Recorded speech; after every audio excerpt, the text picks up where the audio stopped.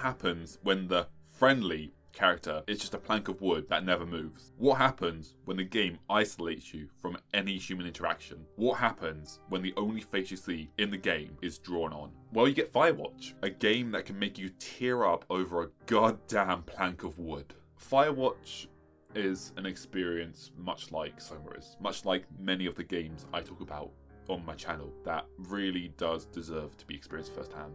It's like that, no matter how much I try to give it justice, I don't think I will ever have the words to completely give it the respect and admiration it deserves. Once again, this is a game worth experiencing firsthand. If you haven't played the game or at least watched it, please go and play it or go and watch it. Please go and experience it for yourself. The game's only about 2 to 3 hours long. It is $20, but it is a $20 well spent. Please go and play this game if you haven't. It is an experience that will stick with you for the rest of your life. I played the game 7 or 8 years ago at this point now, and it is still something that I think about probably on a weekly to monthly basis.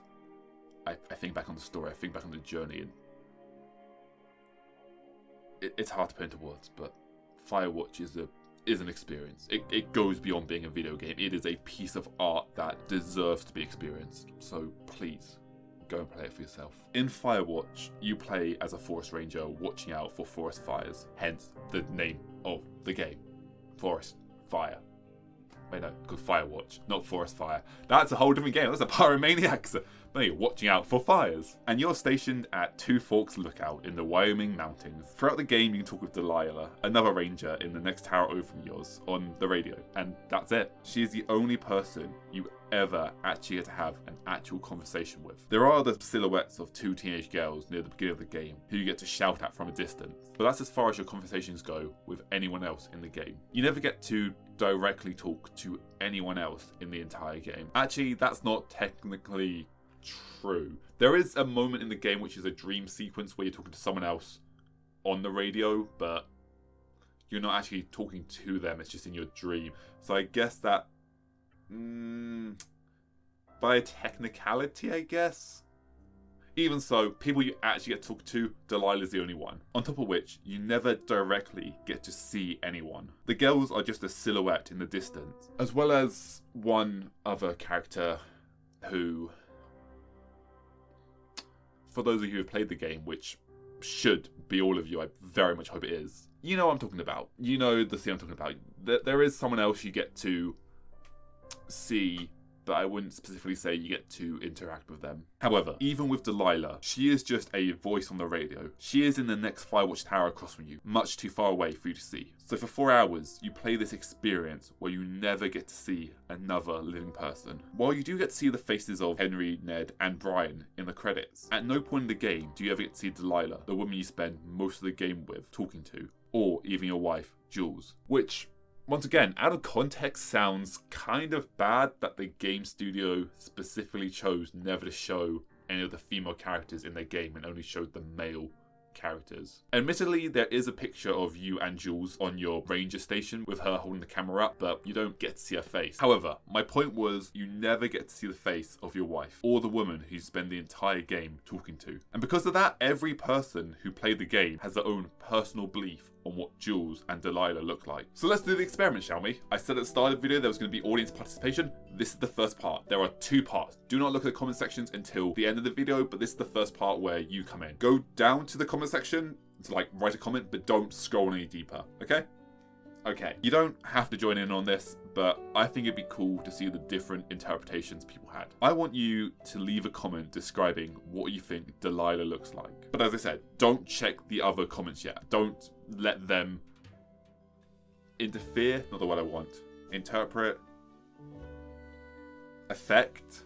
Affect, that's not the right word either. Don't let them alter.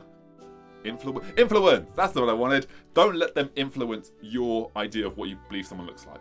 At the end of the video, you can scroll down and read the entire comments and see who thinks who looks like what. But until that moment, please don't read the comments, because there is another section coming up where we're doing kind of the same thing. And I think it's going to be really interesting to see the different interpretations each person has, because I have an image of Jules in my mind. I have an image of Delilah in my mind. But I'm curious to see what other people's interpretations are, or why they believe that the character looked the way they did. Because I guarantee there are going to be so many different interpretations, and this is going to be such a cool experiment if it works, and people actually take it on and take part, because I am excited for this, just because the way the human brain works and the way we all... Same characters, same voices, same story, same information, and yet we get a completely different end result.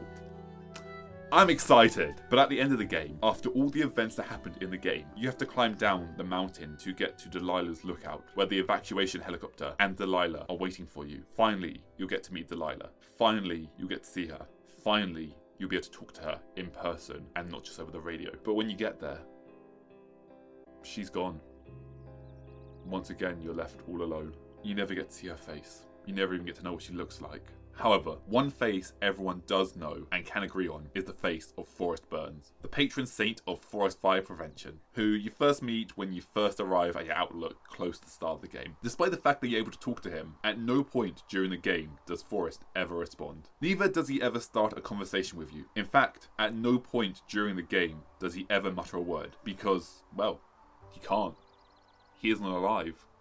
He is a cardboard cutout of a character. He is the Forest mascot character. Despite that fact, despite the fact he couldn't talk back, despite the fact that he wasn't alive, despite the fact that he was just a plank of painted wood, I found myself constantly talking to him during my playthrough because it was the only face I had in the game. And at the end of the game, at the end when I had to go to Delilah's lookout, at the end when the entire forest was burning, at the end when all that had transpired, I decided I was going to take Forrest Burns home with me. I carried him all the way down the mountain with me. I carefully put him down when I had to check for the map. I carried him over the rocks and away from the fire. I took him all the way down to the cable cart crossing, and I was going to take him to the very end of the game. I was going to save him. I was going to take him away from the forest fire. But then, when I got to the cable cart,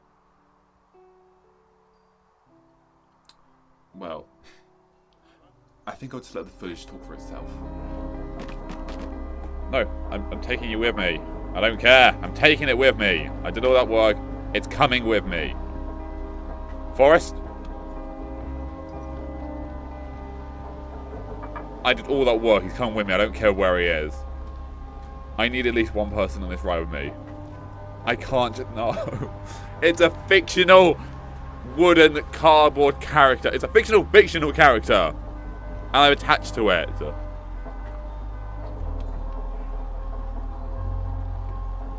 I don't want to be alone in this game. Yeah, that was legitimately me when I was still doing a Let's Play channel. I'd grown so attached to him because originally in the script I had written because he was my only physical friend in the game. But much like Soma, that's not right.